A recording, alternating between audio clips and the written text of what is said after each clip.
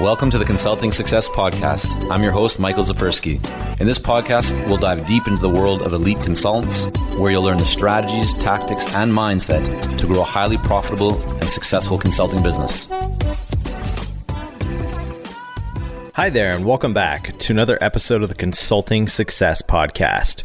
Joining Michael on the show today is Phil Alves. Phil is the CEO of DevSquad, a boutique consulting firm of 90 personnel specializing in SaaS products. His clientele list is impressive, featuring names such as ADP, Box, and the US Ski Team. Under Phil's leadership, the company has successfully overseen the creation of over 100 software products. Now, in today's episode, you'll learn that Phil devotes considerable time to studying the strategies of large consulting firms when thinking about growing and scaling his business. Now, you may find yourself lacking this time to emulate Phil's approach. Well, the great news is you don't have to. Instead, you can reach out to the Consulting Success team for personalized coaching and support to enhance and expand your consulting business, marketing, and revenue. Just go ahead and visit consultingsuccess.com/grow for more information and to apply today. Okay, now as you're listening to today's episode with Phil, there are a few things I want you to look out for. The first being is how to use a domain name to win new customers. Phil's unique marketing strategy he used to grow his consulting business. How to avoid silly digital marketing mistakes that could cost you thousands. Why we're entering into the golden age of consulting and how you can take advantage of it. A strategy to attract the best employees and how to create an optimal environment to fuel your creativity. Plus so much more. Here to share with you his incredible insight is Phil Alves. Enjoy.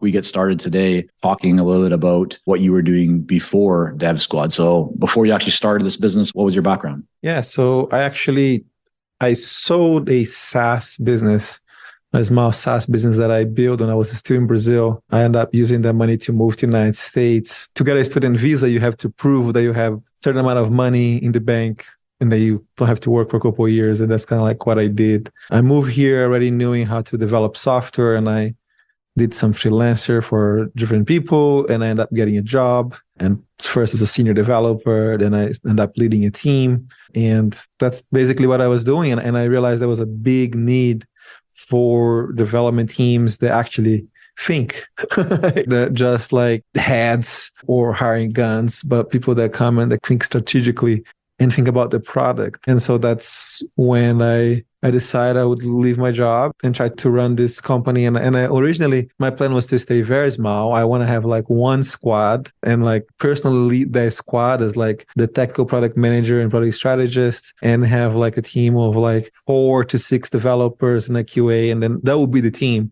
And then we would be able to work with like different customers, be very selective, and just help them take products to market and do like rescue.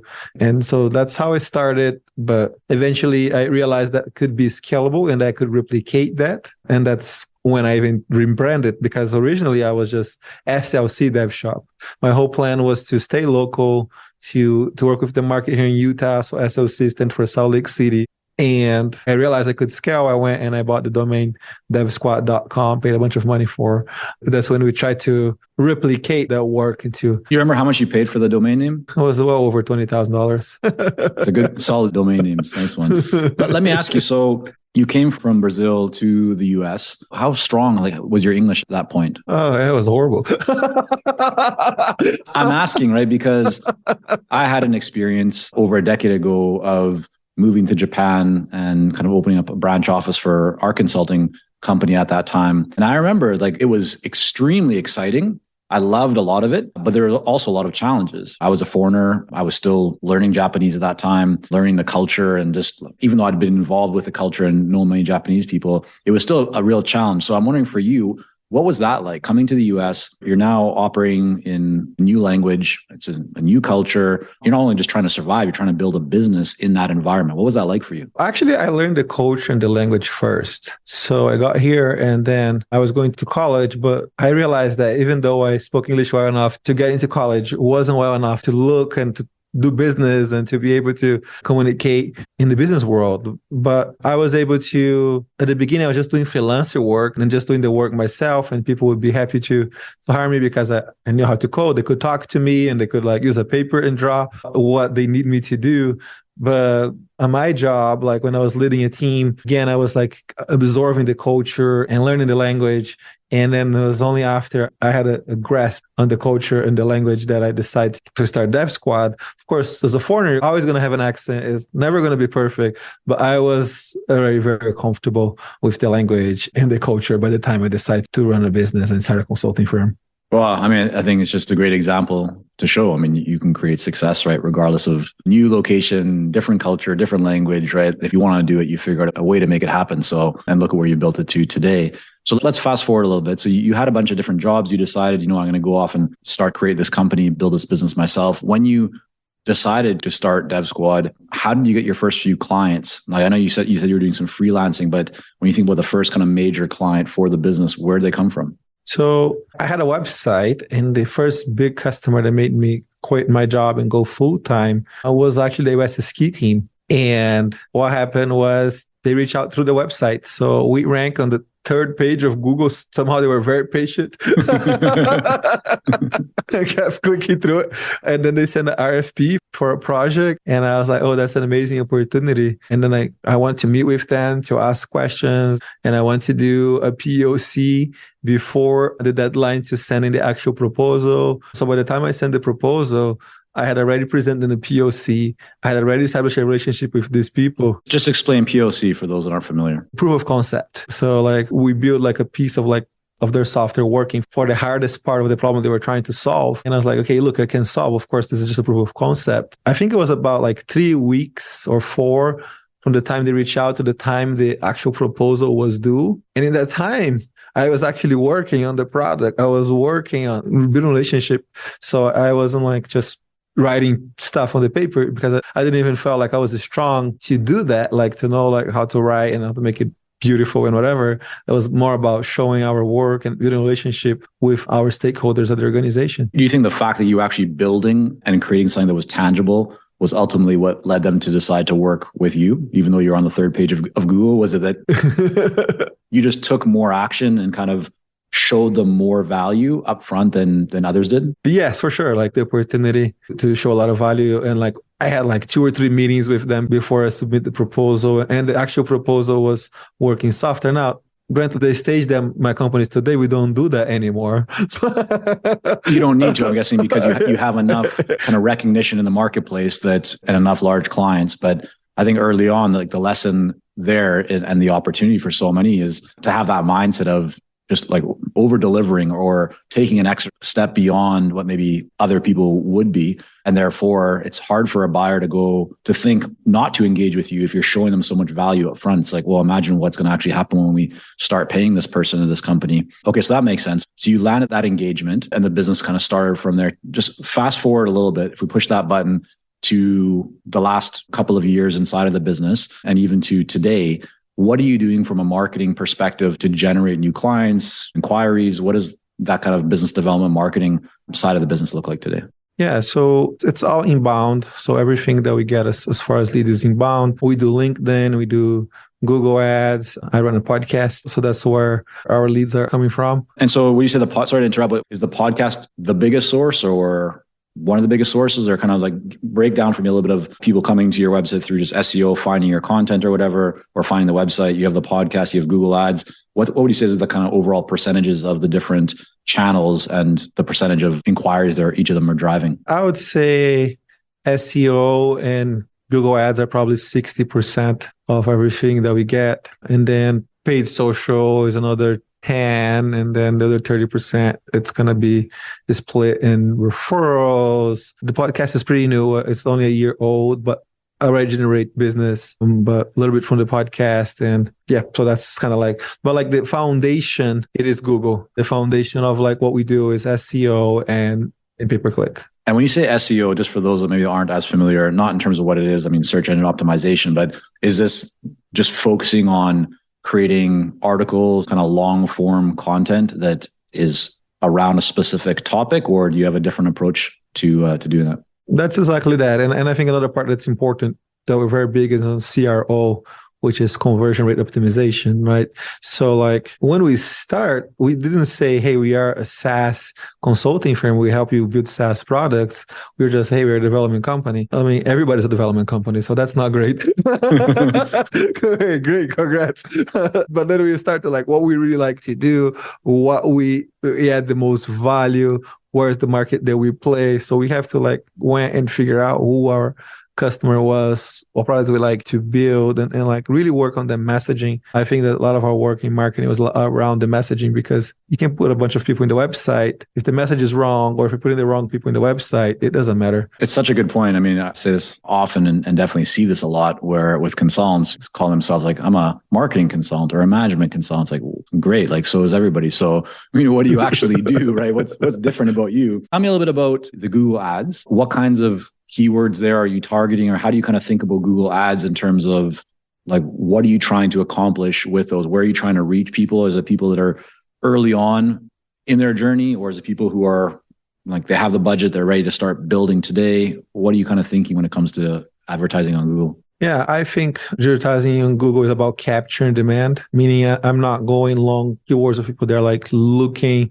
Google is very smart the way the systems are built nowadays. And because they know like the last 20, 30 searches that you made, it knows when you're ready to buy. So our whole strategy is around capturing demand it's being in front of the person that it's ready to buy. We don't have any like, hey, here's a white paper, here's download this, download that. Our call to action is let's get on the phone, because we are about capturing demand. It's not about generating demand for Google Ads per se. For SEO, it's different. You're trying to stay upper in the funnel and I stay in the top of the mind for those people. So that's very different. But for Google Ads, we're spending the money to close the deal.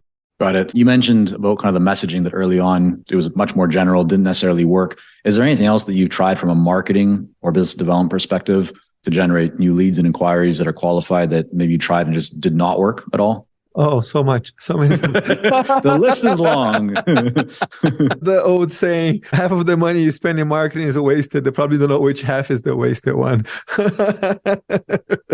So like we try everything from cold email and outbound. In the beginning actually was work for a little bit, but it's kind of hard.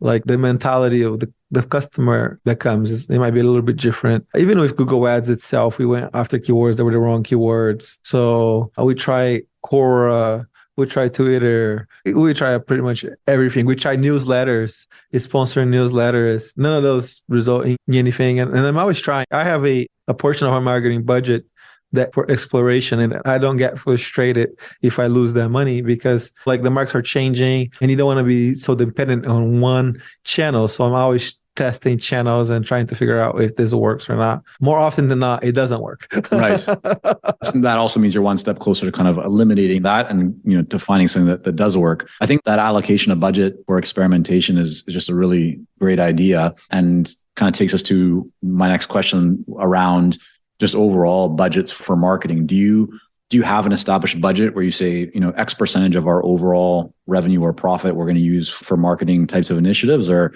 is it more just kind of free flowing where you try and find something that you think you want to test and you give it a shot? Or how do you kind of think about the allocation of budget towards this? No, it's established budget, but I establish based on last year's. So like how did last year, how profitable you were, whatever. And then based on that, because I try to spend this year the money that I made last year. So that's kind of like how I run my business. And so we do have a set amount for marketing, and then we track closely that we are trying to stay on track with our budget. Can you give us an idea, whatever you're able to share, but in terms of like what percentage you allocate towards marketing? It's over 7 figures that we're putting in marketing. All right. You're giving me more info. I was wondering like, is it percentage, is it 10% or whatever? But okay. So now, if I give you a percent, you're going to know my revenue. So I won't give you a percent.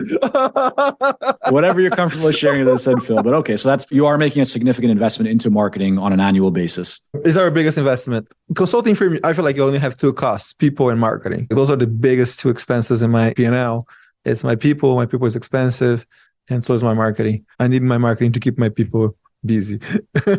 Chicken and egg, right? Or the 2 are directly connected. Yeah. Let's shift to maybe something that's in some ways more recent, but just kind of looking at the current economic situation, the uncertainty that some people are talking about, or certainly the news and media are, whether you choose to kind of accept what you're hearing outside or not. Some people are just choosing to kind of ignore it. But I'm wondering, what are you seeing? Because some companies right now are finding that organizations are pulling back on their spend, or they are just being more cautious.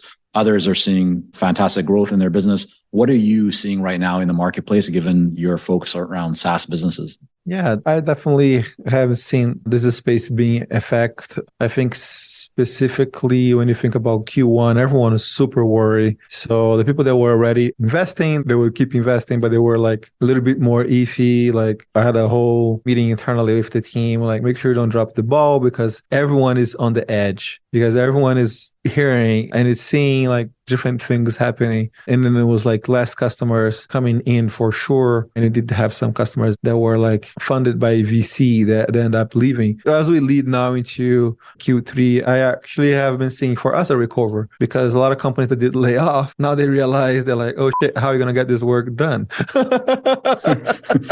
Right. So, but they're also afraid of having like W2 employees. I personally think we are starting the golden aging of consulting firm, because companies in this economy, they just had to do layoffs, and they're like a worry of having to do that over again. And so they're more likely to just outsource and to bring someone where it's a little bit, the risk is not with them. So I actually have been seeing things speaking up for consulting. For SaaS itself, not, but we are not in the SaaS business. We are consulting for SaaS. I mean, I do have a SaaS product, but I really do see things picking up for consulting firms now in the second half of the year.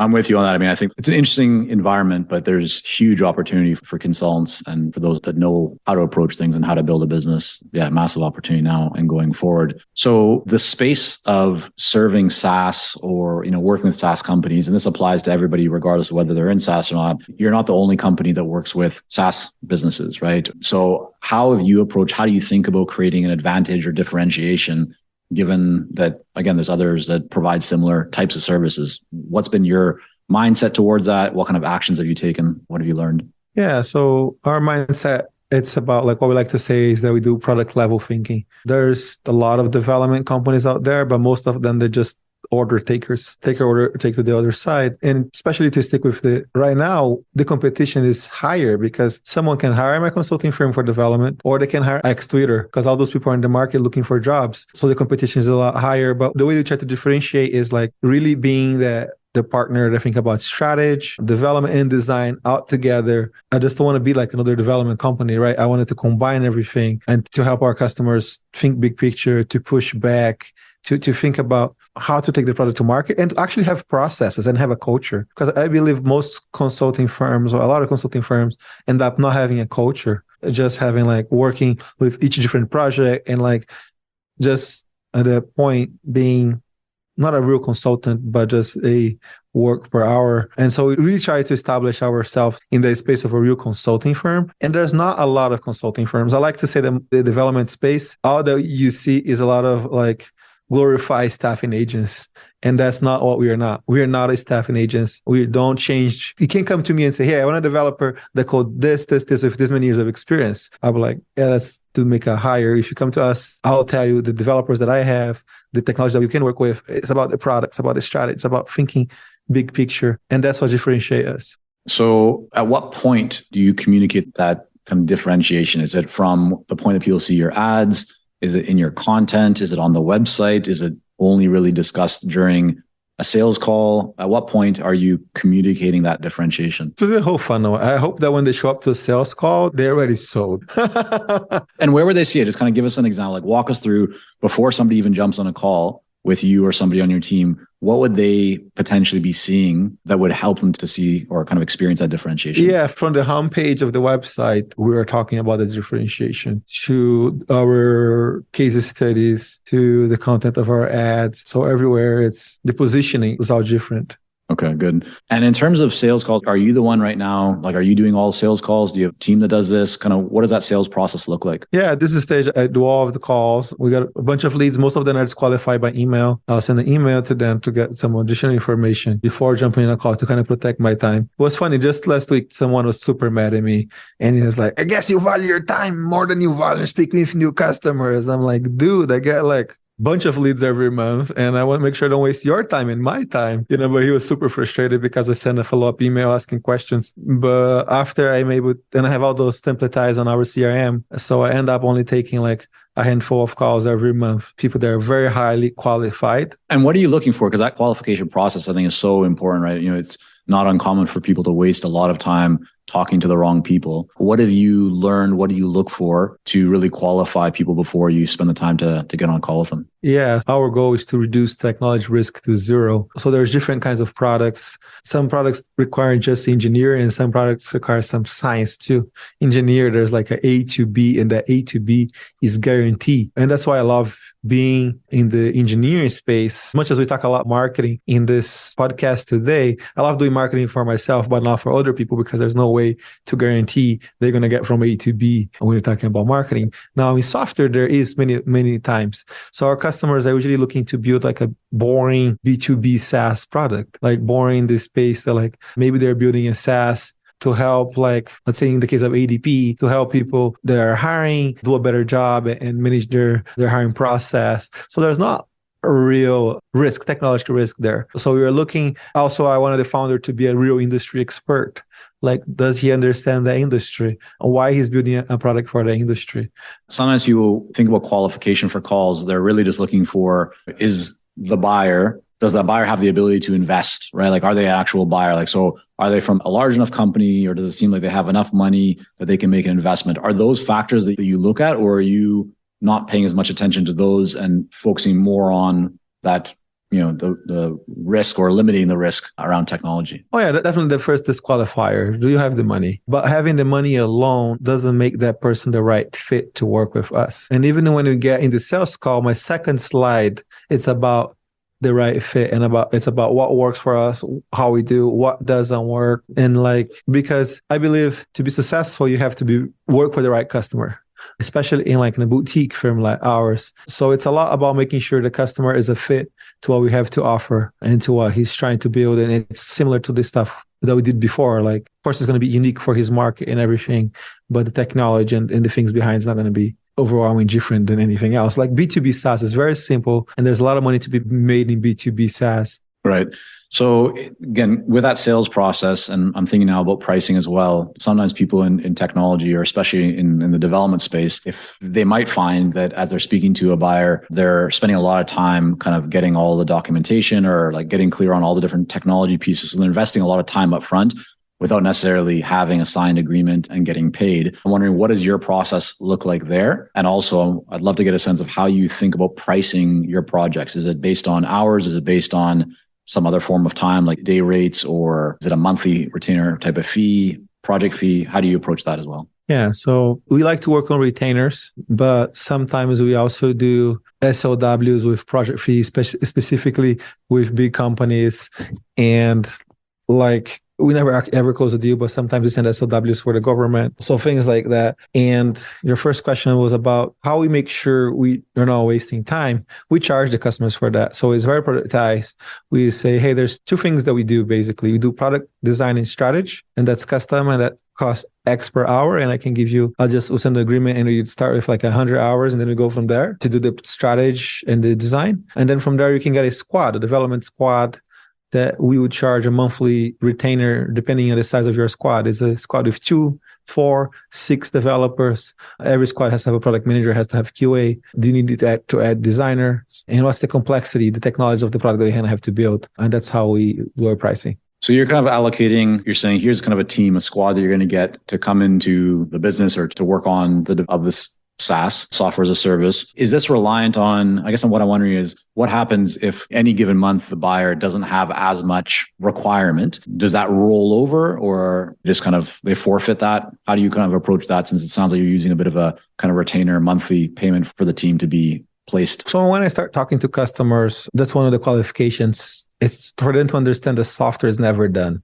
If they are running out of work, they're doing it wrong. You never heard that Salesforce didn't have work for their developers, or the QuickBooks didn't have work for their developers. You have to understand that if you're going to build a product, that's a commitment of development forever. I will tell them you're going to be paying us or you're going to be paying somebody else. But the day you go on that journey to build a software product, you're going to need developers, whatever. So that's the mentality that I want our clients to have. And the right customers, they're going to always have more work than what we can do in 30 days. That mentality of like, I'm going to build a project and I'm going to be done in 3 months. And then I'm going to be in maintenance mode. I never, ever saw that work in a SaaS B2B product. That might work for an internal product, but that will never work when you're actually trying to build a digital product. Is there anything from a pricing or pricing strategy kind of side of the business that maybe you've changed or you just learned? Like you did something like version B and now you do version D just because you've learned there's a better way to do it? Like any lessons, mistakes when it comes to pricing that you've implemented?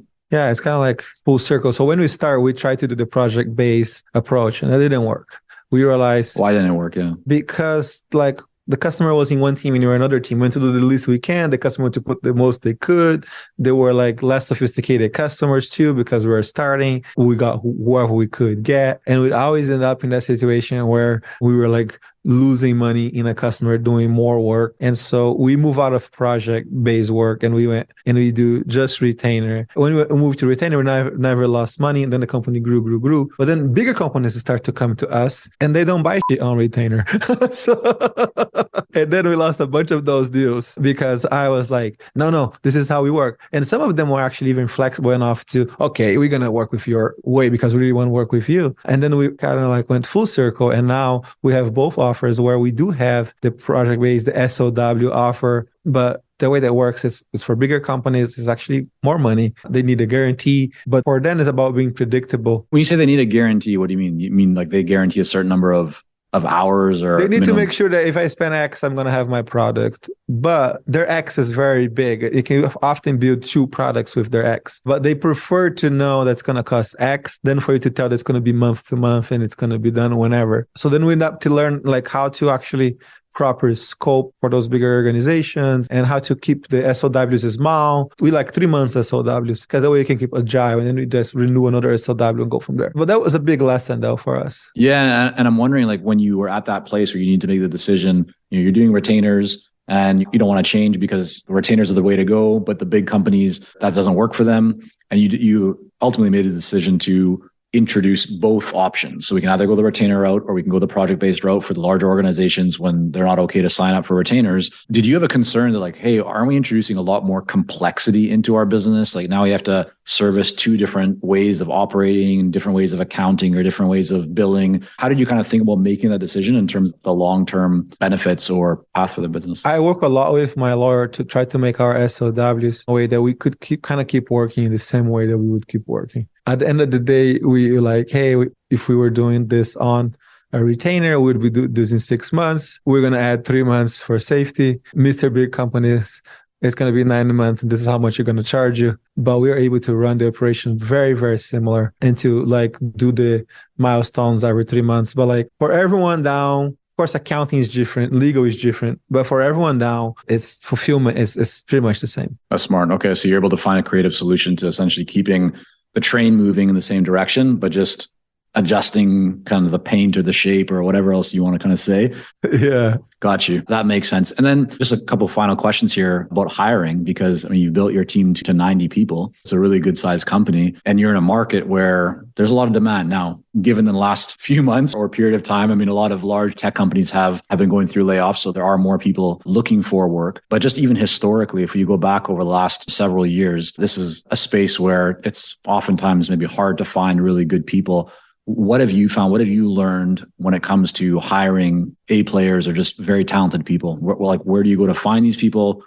What do you do? What do you think about to make sure that you're able to bring them in? I believe, again, if you're in the consulting firm model, I study a lot like the big consulting firms and how they do it. So you actually have to grow your own people.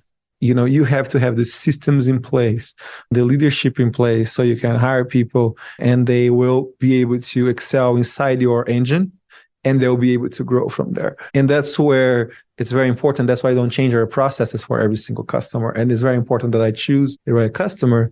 But to answer your question, we were just getting very talented people that have some experience, but that we are helping them and you're growing them. Or even if you hire like a senior person, we still see that person not coming ready. We hire people and we have everything inside the company to train and to grow these people. And we do that outside too. Like my CTO, he has a YouTube channel. He has a live every week where he's showing people how to code. We build like a kind of like a thing around him where like people, he's an authority on the technologies that we work with. And that makes it super easy because people want to work for him, with him. And then I think it really has to be about getting the person from associate to consult and bringing that person up. Another thing that I tell people is like, hey, look, a consulting firm, it's not where you're going to stay forever. Like there is a limit of how much I can pay you because I have to have X margin. And at some point, but if you stay in a consulting for 2-3 years, you're going to be so much better at what you do. And it's going to be for you paid learning. And that's part of like how we influentiate people to stay here. So you just talked to your CTO, which I found really interesting. Is he or she an owner in the business, like an equity owner? They are. Okay. And do they have a good chunk of equity or is it a smaller piece? And the reason I'm asking this, Phil, is I'm wondering, you said they're kind of building their brand and that is benefiting the company. You don't often hear, like usually the person who's building the brand around them tends to be the leader of the company, like tends to be kind of the number one person, if you will, or the majority owner. And that becomes, so we take like Gary Vaynerchuk as an example for his media company or whatever, right? Like he's the brand and that now helps the company and everybody inside of the company. So is he more the face of the company, like external facing, or are you, or how do you kind of? We split because there's two things that we have to do in a consulting firm. We have to attract customers and we have to attract talent. We a lot today about attracting customers and now you're talking about attracting talent. So I'm responsible to attract customers. So when I'm doing my podcast, or when I'm like doing my newsletter, whatever it is that I'm doing, it is about attracting customers. His job then is to attract developers. So everything that he does is to become an expert and an authority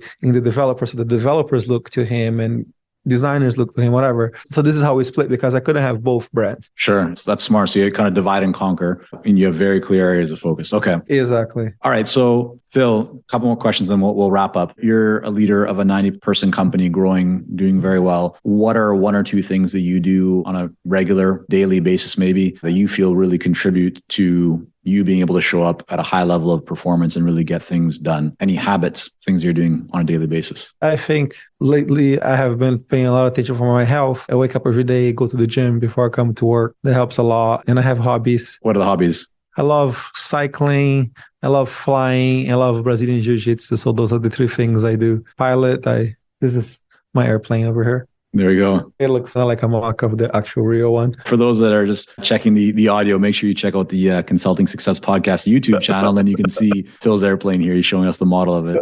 Yes. Nice. And then I do Brazilian Jiu-Jitsu as a good Brazilian. And cycling. So, and all those things, like so many times, like I'm on my bike, because you never stop working as the founder. And then I have ideas because you let your subconscious do the work. Totally. It's so true, right? Like you go, I find them for myself as well at the gym in the morning, or I'm out for a walk. That's when the clarity, like the breakthroughs come, where I just, you see something very vividly. Whereas if I'm in the office here, standing in front of the computer or whatever it might be, I don't have those moments as much. I think it's so important to get out and not only take care of your mind and your body, but also just, as you said, when you're in that different environment, really good ideas tend to come forward. So. Yeah, that's something that I learned. We have to trust our subconscious more, like, because our mind knows what it's supposed to do. So like many times we're like here in the office trying to solve the problem, then you sleep, and the next day you wake up in the middle of the night with the solution. So if we start putting things in place to give your mind like a break and letting it work in the background, like that's kind of like I think in computer, like you send the job, dispatch the job, and it's going to be doing the processing. I think that's very important. And that's what happens when you go on a walk, when you go cycle, when you go do whatever, you let your mind does what was designed to do. Because if you're sleeping, whatever you're doing, your mind's always working. All right. So second to last question. In the last 6 months or so, Phil, one book that you have read or listened to? Anything come to mind for you? Just again, could be fiction or nonfiction, but just something that you would recommend that you think others might enjoy. Yeah. So the last book I read was super good. Now the name disappeared from my head. You can edit this time when I'm going to look for the book. No, this is the real stuff, man. So it's called Creative Selection.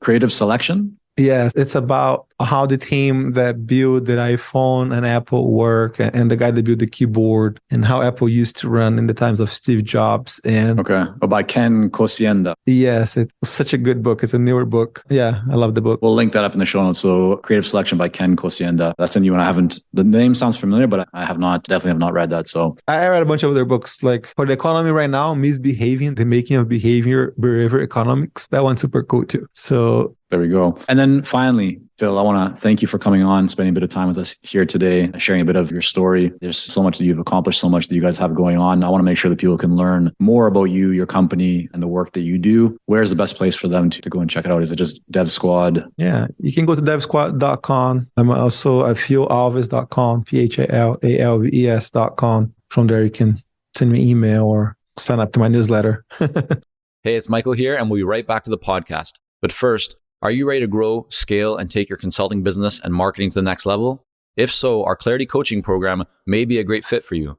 You'll work with our experienced team to set up a strategic plan for your business and coach you step by step in areas like how to consistently attract more leads, develop a magnetic message that resonates with your ideal clients, strategically package and position your services, earn higher fees, win more proposals, and scale your business. To find out more about Clarity Coaching and apply, go to consultingsuccess.com and click on coaching.